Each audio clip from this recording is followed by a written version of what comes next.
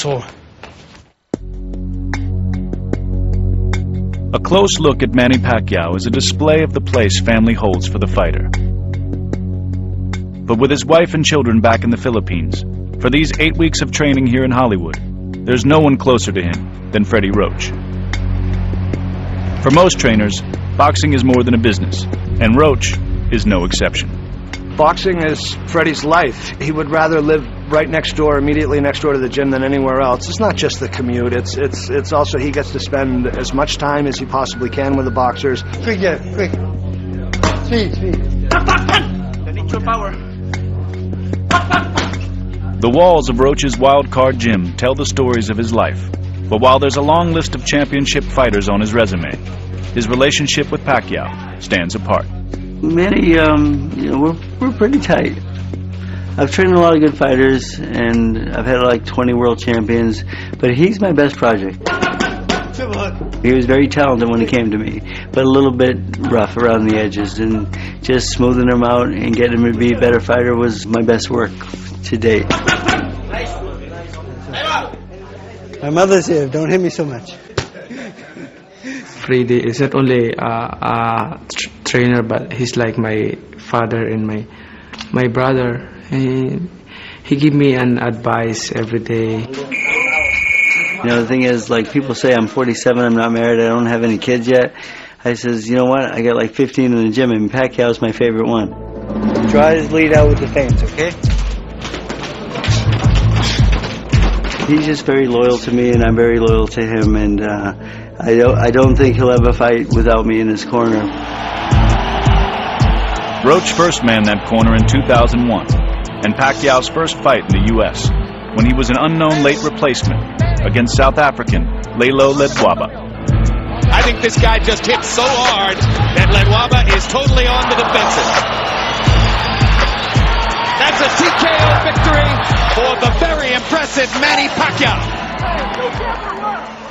In those days, his Hollywood accommodations were here, next door to the Wild Card Gym, just like his trainer. A time gone, but not forgotten. We live here 4 years, since 2001 to 2005. You know, it's a very memorable place. I like here before because it's simple. Now, life has become complicated as Pacquiao's star has grown. But there's one simple theme that still impacts everything he does: his Filipino pride. He's already run for congressional office, and even produced a hit record that loudly and proudly exclaims the reason he fights: for his country. Para sa'yo, ang laban na to. Para sa'yo. I need to win this fight because I don't want to disappoint my countrymen. I want them to be always happy. You know, it's my honor to bring the honor to my country.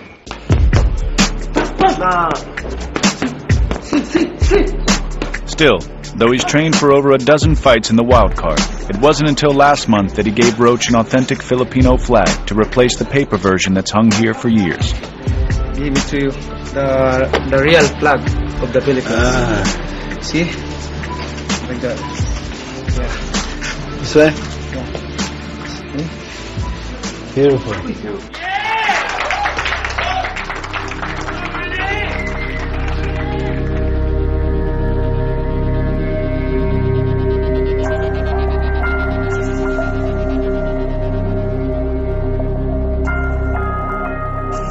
Every weekend, Juan Manuel Marquez takes a 3-hour trip to high-altitude training, to places like Nevado de Toluca, one of 3 volcanoes that surround the capital. It's a 16,000-foot journey to the crater, a 16,000-foot unforgiving test of commitment to the task at hand. He doesn't give up. You need to kill Juan Manuel Marquez in order to defeat him, in order to take away something from him that cost him many punches, many years of dedication. Even Marquez himself admits that 2004 marked the start of a lost period in his career, as opportunities quickly dried up, costing him titles and respect. he got lucky. He got a second chance. He signed with Golden Boy Promotions, and I think from that signing, I think he began to work his way back. Big left hook for Marquez. Suddenly he's beating Barrera to the punch over and over and over. He desperately needed to beat Marco Antonio Barrera last year. Uppercut for Marquez. Left hook. Barrera stunned. And he did. Big left hook for Marquez. And the bell ends the drama. What a fight. That was really the watershed moment of Juan Manuel Marquez's career. The victory over Barrera certified his return to relevancy in the division. And now, finally, 4 years after the controversial draw against Pacquiao, Marquez's odyssey has circled back to where it began. He's having the last laugh in that he got away from his promoter, which he wanted to do. He's getting a rematch with Pacquiao for a pretty decent amount of money. He managed to not only face but also beat one of his contemporaries and countrymen, Barrera. So in a way, he's back where he should have been. It's just taken 3 or 4 years. Siempre me he caracterizado por tener la paciencia, la calma y hacerlo todo con inteligencia y gracias a Dios me ha funcionado.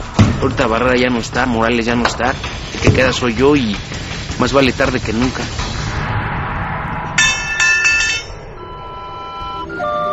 A long journey can have unintended consequences.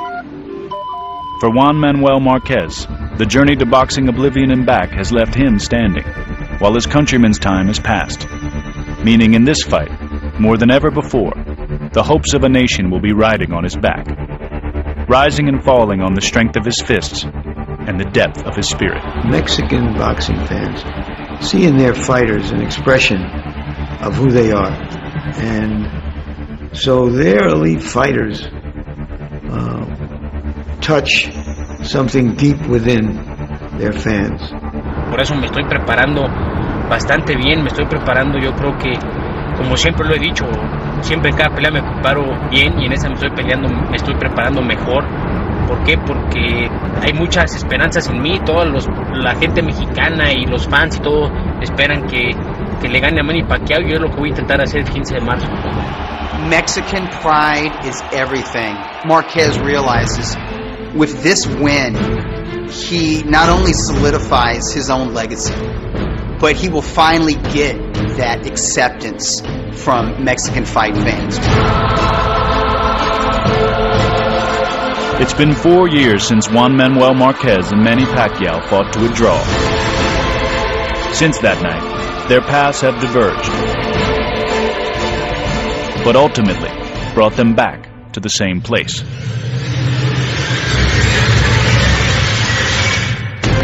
I've never seen Manny so focused for a fight. He's a machine. He's just really tightened down and he's working really hard. For Pacquiao, this fight is redemption for the last 10 rounds of the first fight. And even though he had a draw, it felt like a defeat. And although he's gone on to great things, Marquez is the guy he's got to beat.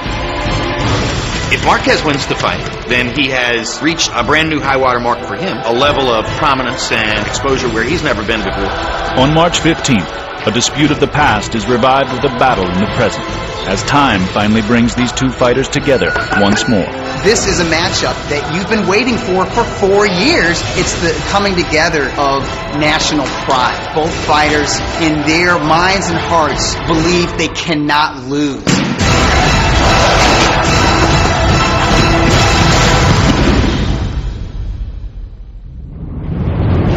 Juan Manuel Marquez and Manny Pacquiao square off in the rematch live on HBO pay-per-view, Saturday, March 15th. Also, The Next Real Sports with Bryant Gumbel premieres Monday, March 10th, featuring a profile of Bruce Pearl, the coach who's turned the University of Tennessee's men's basketball program from also-ran to powerhouse.